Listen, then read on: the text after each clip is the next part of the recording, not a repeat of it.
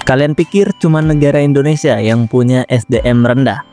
Enggak juga, negara maju ternyata juga punya SDM rendah.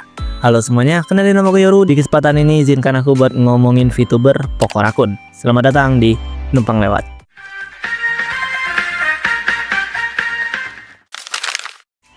VTuber secara jelas kepanjangan dari virtual YouTuber. Ingat, virtual. Seorang konten kreator yang pakai avatar virtual buat interaksi sama audiens mereka. VTuber itu juga manusia. Dan kalau kalian sering nonton VTuber, ada beberapa VTuber yang pernah streaming dengan konten dalam tanda kutip menunjukkan wujud real life mereka. Entah itu handcam, full body, sampai in real life stream.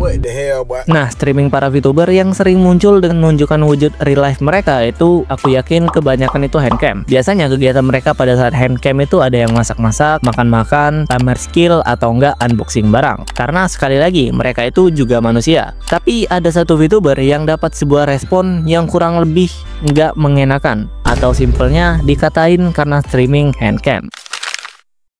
Poco Raccoon adalah seorang VTuber yang aktif di YouTube dan juga Twitch, tergabung dalam agensi Idol Corp dengan generasi yang bernama Endless, bersama dengan rekan lainnya kayak Roka, Kaisa Kota, Momo Otako, dan Koni. Poco Raccoon secara lore dikenal sebagai rakun pencuri yang suka membuat keonaran dan sering melakukan streaming, entah itu main game, karaoke, atau enggak ngegambar. Dan by the way, Poco Raccoon ngemulai debutnya itu di tanggal 14 Juni 2023. Tapi beberapa hari kemarin, VTuber ini dapat sebuah hal yang kurang mengenakan atau bisa dibilang hinaan.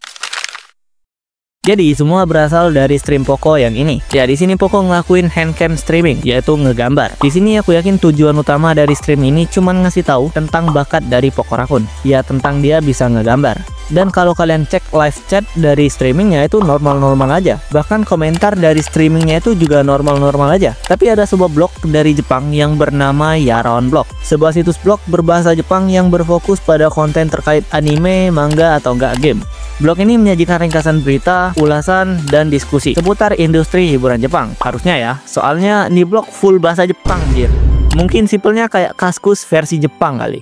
Oke, balik lagi ke Poco Raccoon. Jadi streamingnya yang ini tadi itu sebenarnya normal-normal aja. Tapi ada sebuah user anonim dari Yaraon Blog ini yang ngebagiin screenshot dari live streamingnya Poco Raccoon. Dan ternyata respon dari screenshot itu gila. Sebenarnya aku gak kaget kalau komentar ini ada, tapi kalau di Indonesia, masalahnya ini orang Jepang sendiri loh yang ngomong. Orang-orang dari negara maju, bukan dari negara yang ngejadiin pendidikan sebagai prioritas pendukung. Ada yang ngomong kayak gini, ini, sampai ini.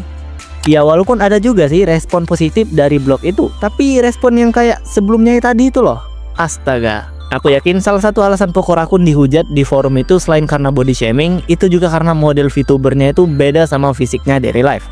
Model VTubernya itu lebih ngarah ke loli raccoon gitu, sedangkan fisiknya ya cukup gemoy lah, berbeda dengan bentuk VTubernya, yang dimana itu menurutku kocak sih.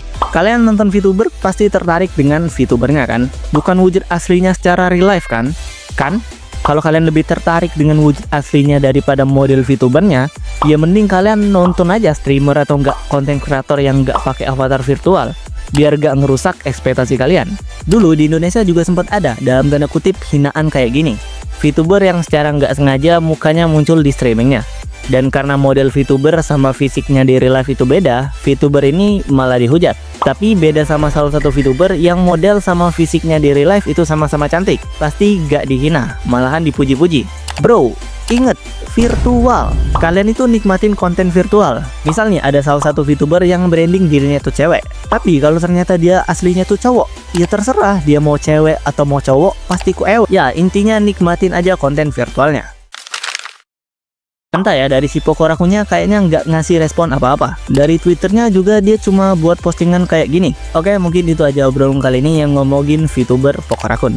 Dan inget guys, kalau kalian nonton VTuber, inget mereka itu virtual. Sekali lagi, virtual.